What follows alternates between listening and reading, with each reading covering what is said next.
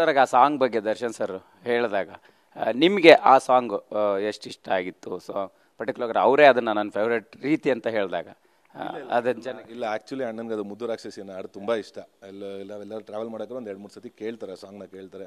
So ಅದೇ ಅವ್ರು ಹೇಳ್ದಂಗೆ ಅಕ್ಕನ ಒಂದು 2-3 ಸತಿ ಕರೆದು ನಾವು ಕೇಳಿದ್ವಿ ರೇಕ್ಸಿರೋದನ್ನ. ಸೊ ಅದೊಂಥರ ಖುಷಿ ಆಗುತ್ತೆ ಸರ್ ಅಷ್ಟೇ.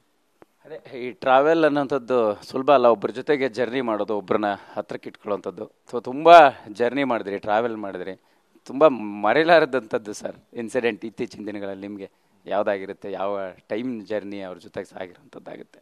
ಎಲ್ಲ ಸರ್ ನಮ್ಗೆ ಯಾವತ್ತು ನಾವು ಅವ್ರನ್ನ ಬಳ್ಳಾರಿಂದ ಕರ್ಕೊಂಬಂದು ಅದೇ ನಮ್ಮ ಮರೆಯಲಾದ ದಿನ ಯಾವತ್ತಿದ್ರು. ಯಾಕಂದ್ರೆ ಅಷ್ಟು ಹೋರಾಟ ಇದ್ರಲ್ಲಿ ಇದ್ವಲ್ಲ, ಇಲ್ಲ ಏನೋ ಒಂದು ಕರ್ಕೊಂಬರ್ಲೇಬೇಕು ಅವ್ರನ್ನ ಈಚೆ ನಾವು ಅಂತ. ಸೊ ಬಳ್ಳಾರಿಯಿಂದ ಕರ್ಕೊಂಬರೋ ದಿನ ಯಾವತ್ತೂ ನಾವು ಮರೆಯೋಕ್ಕಾಗಿರೋ ದಿನ. ಎಷ್ಟು ಥಿಯೇಟ್ರಲ್ಲಿ ಸಿನಿಮಾ ತೆರೆಗೆ ತರುವಂಥ ಪ್ಲ್ಯಾನು? ಸೊ ಎಲ್ಲಿ ನೀವೇನಾದ್ರು ಸಿನಿಮಾ ನೋಡುವಂಥದ್ದು ಫಸ್ಟ್ ಡೇ ಇದೆಯಾ? ಜೊತೆಗೆ ದರ್ಶನ್ ಸರ್ ಯಾವಾಗ ಸಿನಿಮಾ ನೋಡ್ಬೋದು ಅನ್ನೋದು? ಇಲ್ಲ, ಈಗ ಅದೇ ಡಿಸ್ಟ್ರಿಬ್ಯೂಷನ್ ಅವರು ಮಾತಾಡ್ತೀವಿ, ಜಗದೀಶ್ ಫಿಲಮ್ಸ್ ಅವರು ಸರ್ ಮಾತಾಡ್ತಿದ್ವಿ, ಡಿಸ್ಕಷನ್ ಮಾಡ್ತಾಯಿದ್ವಿ ಯಾವ್ದು ಎಷ್ಟು ಥಿಯೇಟರ್ ಸೆಟಪ್ಪಲ್ಲಿ ಮಾಡಬೇಕು ಅಂತ.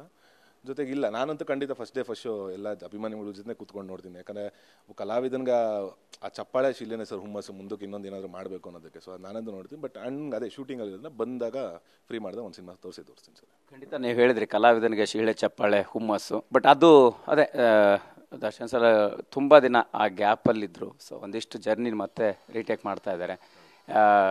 ಈ ಸಿನಿಮಾನ ಪರ್ಟಿಕ್ಯುಲರ್ ಆಗಿ ಅವರು ನೋಡೋಂಥ ಪ್ಲ್ಯಾನು, ಯೋಚನೆ ಹೆಂಗೆ ಅನ್ನೋದು? ಖಂಡಿತ ಇದೆ ಸರ್, ನೋಡ್ತೀನಿ ಅಂತ ಹೇಳಿದ್ದಾರೆ. ಬಟ್ ಈಗ ಸದ್ಯಕ್ಕೆ ಶೂಟಿಂಗಲ್ಲಿ ರಾಜಸ್ಥಾನಲ್ಲಿ ಇರೋದ್ರಿಂದ ಅವ್ರದ್ದೊಂದು ಫ್ರೀ ಡೇಟ್ ನೋಡ್ಕೊಂಡು ಯಾವಾಗ ಬೆಂಗಳೂರು ಬರ್ತಾರೆ ಅದನ್ನು ನೋಡ್ಕೊಂಡು ಅದೊಂದು ಅರೇಂಜ್ ಮಾಡೋಣ ಅಂತ ಪ್ಲಾನ್ ಮಾಡಿದ್ದೀನಿ ಸರ್. ಧನ್ವೀರ್ ಅವರು ನಂತರದ ಸಿನಿಮಾ ಈಗ ಇನ್ನೇನು ಅದು ಕೂಡ ಕೆಲವು ದಿನಗಳಲ್ಲಿ ಬರುವಂಥ ಪ್ಲ್ಯಾನ್ ಇದೆ.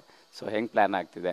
ಎಷ್ಟು ವೆರೈಟಿಯಾಗಿ ಈಗ ಪ್ಲ್ಯಾನ್ ಮಾಡೋಂಥ ಸಾಧ್ಯತೆಗಳಿದೆ ನೆಕ್ಸ್ಟ್? ಇಲ್ಲ ಸರ್, ಅದೂ ಲೈಕ್ ವಾಮನ ಆದಮೇಲೆ ಅದು ಹಯಗ್ರೀವ. ಸೊ ಅದು ಒಂದು ವಿಭಿನ್ನತೆ ಪಾತ್ರದಲ್ಲೇ ಬರ್ತೇನೆ. ಸೊ ಅದು ಶೂಟಿಂಗ್ ಕಂಪ್ಲೀಟ್ ಆಗಿದೆ, ಈಗ ಪೋಸ್ಟ್ ಪ್ರೊಡಕ್ಷನ್ ಹಂತದಲ್ಲಿದೆ. ಸೊ ಅದೇನು ಸ್ವಲ್ಪ ದಿನ ಆದಮೇಲೆ ಅದನ್ನು ರಿಲೀಸ್ಗಂತೂ ರೆಡಿ ಇದೆ ಅದು. ಸೊ ಅದಕ್ಕೂ ವರ್ಕ್ ನೆಕ್ಸ್ಟ್ ಸ್ಟಾರ್ಟ್ ಮಾಡ್ಬೇಕು ಸರ್ ಈಗ ಅದಕ್ಕೆ.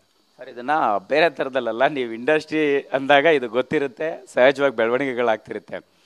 ದರ್ಶನ್ ಸರ್ ಜೊತೆಗಿನ ನಿಮ್ಮ ಆತ್ಮೀಯ ಕಂಡು ಈಗ ಸಹಜವಾಗಿ ಹೊಟ್ಟೆ ಕಿಚ್ಚಿಪಡೋವಂಥವ್ರು, ಹೊಟ್ಟೆ ಹುರ್ಕೊಳ್ಳೋವಂಥದ್ದು ಸಂಖ್ಯೆ ಹೆಚ್ಚಾದಾಗ ಅದನ್ನ ಹೆಂಗೆ ನಿಭಾಯಿಸ್ಕೊಳ್ತೀರಿ ಅಂತ ತಲೆ ಕೆಡ್ಸ್ಕೊಳ್ಳಿ ಸರ್.